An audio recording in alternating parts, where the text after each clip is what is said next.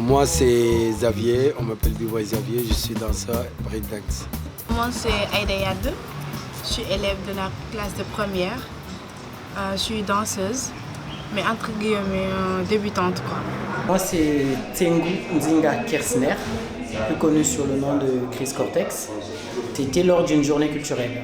J'étais au-dessus, sur les étages, et je voyais des gens en train de danser en bas. À la base, je ne connaissais pas du tout le break. J'étais genre l'élève enfermé, pas devant d'ordi ou de portable, on n'avait pas accès à tout ça. Donc du coup, c'est en regardant les gens danseux que j'ai vu un jeune homme avec un masque en train de faire des tours sur sa tête, donc le head speed.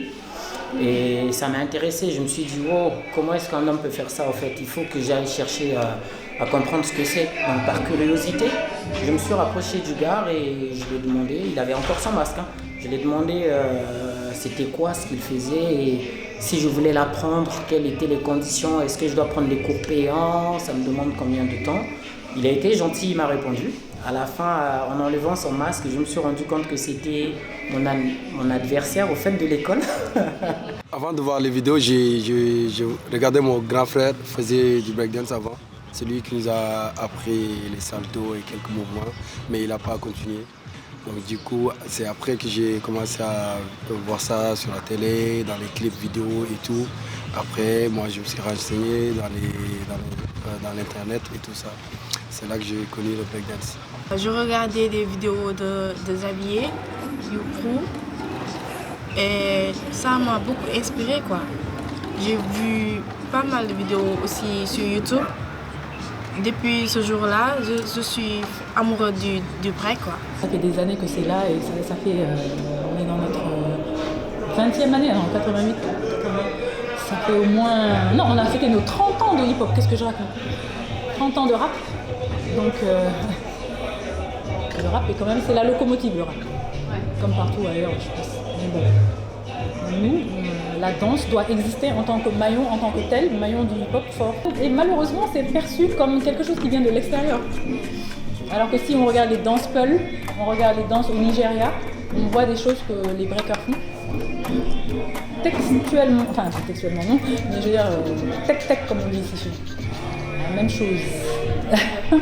Aujourd'hui, on essaie de prendre la danse traditionnelle avec la danse hip-hop, le breakdance, on essaie de les lier, tu vois. Parce que nous, au Sénégal, on se bat pour ça. Ici à Dakar, à peu près, on a 4 ou 5 crews. Et dans les régions, chaque région, si tu veux avoir 1 ou 2 crews, mais pas beaucoup, quoi. Là maintenant, aujourd'hui, il y a une dizaine de groupes de danse, de breakdance. On n'a pas pris de cours parce qu'il n'y avait pas de profs de breakdance ici, jusqu'à présent, mais certains donnent des cours de break, mais pas beaucoup. Donc on a vu ça sur le net, on regardait ça à la télé, et voilà, c'est là qu'on a commencé à pratiquer. En termes d'architecture, en termes de... Voilà. Il y a une infrastructure culturelle qui doit être construite, qui doit se faire en fait. Et qui doit se faire aussi en fonction des caractères sociologiques, c'est-à-dire des gens. C'est-à-dire comment nous, on veut danser et dans quoi. Les salles de danse, elles se comptent vraiment sur le dos. Là aussi, elles ne se comptent même pas d'ailleurs. On sait qu'il y en a peut-être 2. Parce qu'au-delà du battle, il y a d'autres combats qui se mènent en fait. C'est-à-dire cette acceptation de la danse, de ces nouvelles formes de danse, de responsabilisation aussi, de professionnalisation. Donc tout ça, on mène plusieurs combats à la fois en fait. Et ça prend du temps. En sortant d'un battle, tu n'as pas une grosse price money pour pouvoir payer ton loyer, les électricités ou quoi que ce soit. Il y a des gens qui se sont très vite retrouvés avec des charges. Mais tout en dansant, donc il y a cette question qui se posait. Déjà par le manque de salles, d'espace, tu ne peux pas prendre l'initiative de donner des cours. Et si déjà tu as un espace pour donner des cours, il y a aussi cette vision, au fait, je vais parler du territoire sénégalais, que les gens ont ou avaient encore sur la danse. Donc personne ne pouvait laisser ses enfants pour aller apprendre la danse facilement. Donc c'était pas vraiment évident de donner des cours de danse et de gagner dedans. Celle d'avant n'avait pas assez d'outils ou de possibilités pour rester. Il n'y avait pas de quoi s'accrocher. C'est-à-dire que la danse en général n'était pas très bien vue parce que personne n'arrivait à en vivre. mais de plus en plus des personnes comme Xavier qui donnent des cours et qui arrivent maintenant à payer leurs charges, je pense que bon, ce sera de mieux en mieux accepté. Hein. C'était pas accepté parce que tout simplement, c'était pas un gagne-pain. Bon, maintenant que les danseurs ont compris ça et qu'ils se lèvent tôt pour venir travailler, faire leur break, s'entraîner régulièrement et qu'ils commencent à gagner leur vie, je pense que là, les parents comprendront. Et beaucoup de gens me disaient non, mais arrête ça, c'est pas un métier, ça va te prendre beaucoup de temps, tu vas pas réussir dans la danse et tout ça. Ils disaient beaucoup de choses. Moi, par contre, j'aime pas quand on me dit tu vas pas faire ça ou tu vas pas pouvoir faire ça, tu vas pas réussir dans ça. Donc là, tu me motives d'aller encore plus loin. On a fait le Bouti, Sénégal. C'est ça qui nous a sauvé à faire un autre battle à Paris parce que c'était la même période.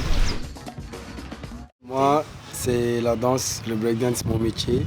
Donc c'est pour ça que j'ai fait tout pour pouvoir, comment on dit, pouvoir réussir dans la danse. Les battles, on a commencé en 2016. Mais pour la danse, nous, on a commencé bien avant, 2012. On a commencé à s'entraîner. Mais le crew est sorti en 2016. Nous, on a fait des choses, on a gardé des souvenirs. Et avec les battles, Incroyable Talent, on a fait. C'était en 2017, je pense, si je ne me trompe pas. Saison 2, Côte d'Ivoire. Et j'ai participé avec un groupe qu'on a créé ensemble avec des amis. On était 5 personnes, Extra Fusion. Donc moi j'étais le seul breaker. Donc on a pu aller jusqu'en demi-finale. Sinon on a fait d'autres compétitions ici à Dakar. C'est Battle National dans le hip-hop. Ça c'est Battle Coupe d'Afrique en solo. C'était la première édition. Donc là aussi on a fait Francophonie, Abidjan 2017. Et ça c'était le break. On a fait des sélections ici. On m'a pris moi et mon petit frère avec d'autres danseurs breakers d'ici de Dakar. Et on a fait la compétition là-bas. Donc voilà, on a fait les battles solo, 1-1, 2-2, 3 contre 3 dans les autres régions. Voilà quoi. Donc c'est des souvenirs. Chaque année, tu peux avoir 4 battles, 5 battles. Pour prendre le niveau, il falloir sortir, faire des distinctions, quoi. Parce qu'il faut avoir des adversaires que tu ne connais pas. Donc se battre pour être au Bouti, c'est donner de la visibilité, c'est atteindre un niveau mondial, dire aux autorités, ben voilà, c'est un sport. Non, c'est même pas un sport, parce que je dis sport parce que je pense aux Jeux Olympiques. Parce que maintenant il y a cet amalgame danse, sport, art, machin. Mais parfois quand on le présente comme un sport, on a peut-être plus de chance. Beaucoup de vidéos de battle, mais encore faut-il y avoir des battles. Nous, notre battle national, on arrive à le faire 1 fois par an. Après, c'est très difficile de faire des petits battles. Pourquoi on a mis le battle national en place? Parce que justement, on a compris qu'il y avait un besoin, qu'il y avait un intérêt pour le breakdance et pour les danses urbaines. Mais à un moment donné, il fallait que ça soit équilibré. C'est-à-dire qu'il n'y avait pas que Dakar, la région de Dakar, on a 14 régions au Sénégal. Il fallait aussi que dans les 14 régions, s'il y a de la danse, il y ait du breakdance, il y ait des danses urbaines et qu'il y ait des gens qui portent ça. Et ça ne peut pas être juste centralisé à Dakar. On essaye d'aller vers les gens. Avant, on faisait venir les gens vers nous. Et maintenant, c'est plus facile d'aller vers les gens. On va organiser dans la région pour la valoriser et pour dire il y a ça qui se passe, ok, on vient faire ensemble. Et donc ça booste les gens. On a fait à Thiès, maintenant Thiès, ça bouge. Kaolack, ça a toujours été une ville du hip-hop, mais en danse, maintenant ça bouge aussi. Saint-Louis, ça bouge. On n'a pas envie d'avoir le monopole, ça ne nous intéresse pas en fait. C'est comme ça, et tout le monde monte. Nous, on est dans les banlieues à Tiaroy, où on organise des événements autour des danses urbaines. On a commencé l'année dernière avec l'aide de l'État, qui nous a donné un peu d'argent. Et là, cette année, l'heureuse surprise, c'est que des parents nous ont amené leurs enfants. Alors que l'année dernière, on allait dans les quartiers, on tournait, on disait venez.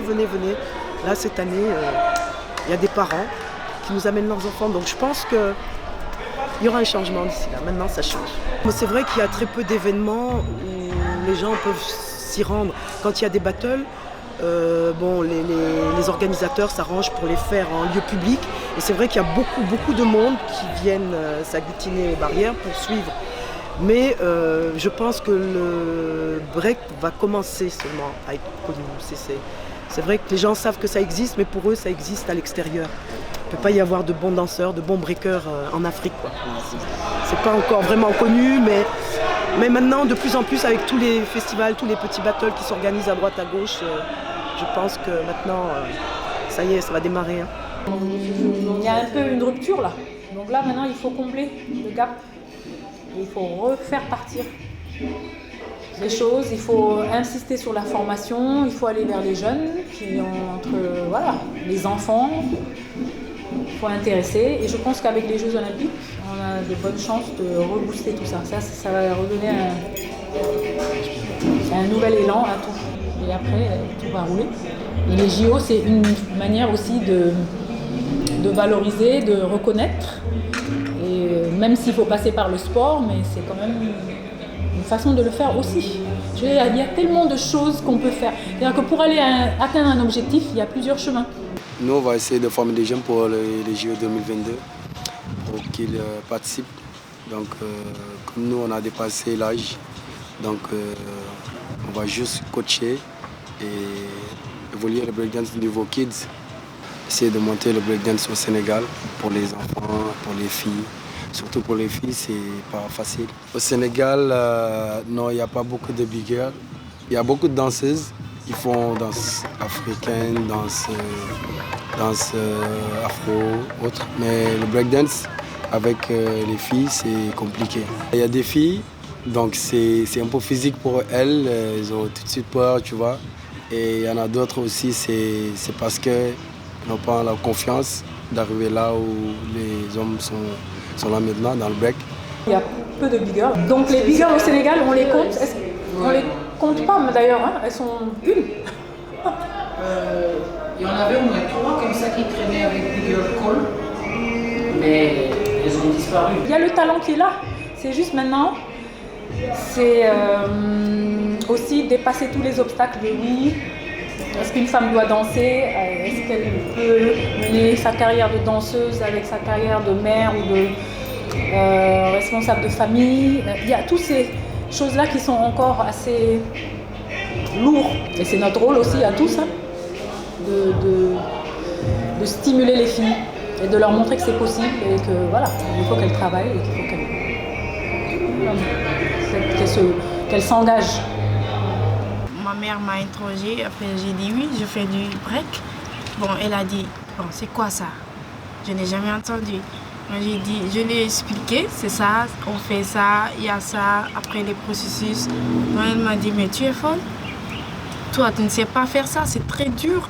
Bon, j'ai dit, bon, non, je gère parce que ce n'est pas la première fois que je pratique du sport. Le break, c'est du sport. On s'entraîne, on se repose, c'est ça quoi.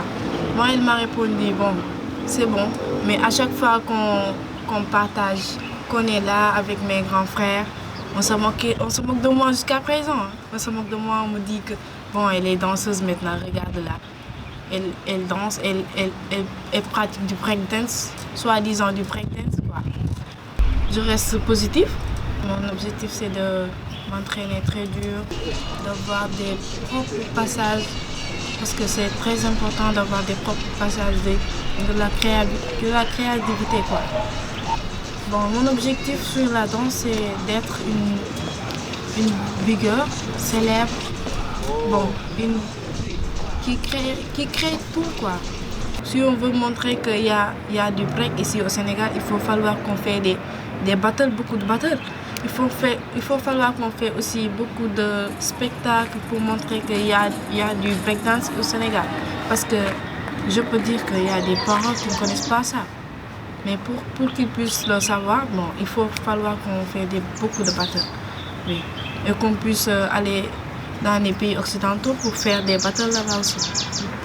Pour moi, le break, c'est le fait de s'exprimer quoi. on crée, on se déplace. C'est quelque chose de super. Ouais. D'un côté, il y a une grande part de responsabilité des danseurs. Par exemple, le Sénégal a beaucoup pris en expérience. J'ai fait pas mal de pays d'Afrique de l'Ouest et centrale. Et je sais qu'en Afrique de l'Ouest, sans trop me lancer à confirmer des choses, mais je pense que le Sénégal, côté breakdance, est premier en expérience de battle, déjà. Mais côté effectif de danseurs, je pense même pas qu'il soit dans les 5 premiers.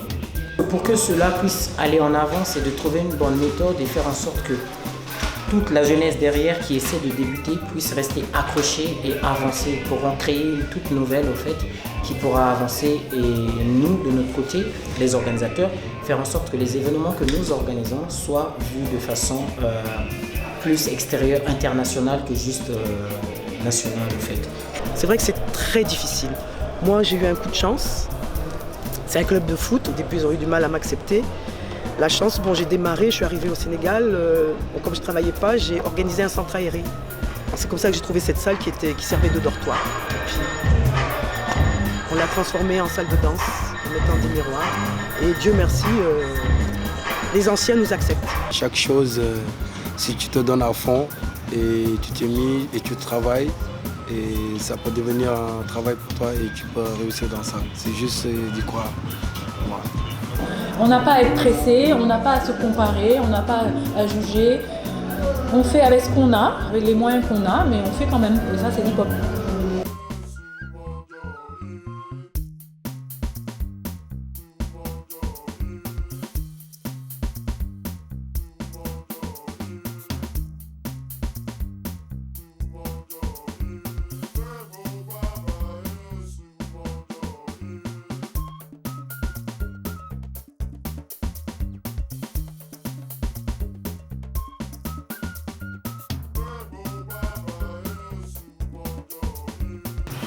On a Pao Crew Sénégal. Si tu tapes ça, tu vas voir. On a une page Facebook et YouTube, pareil, et Instagram, pareil. Tu fais Pao Crew Sénégal. Donc tu vas voir le crew. On a pas mal de vidéos là-bas, des événements qu'on a déjà fait.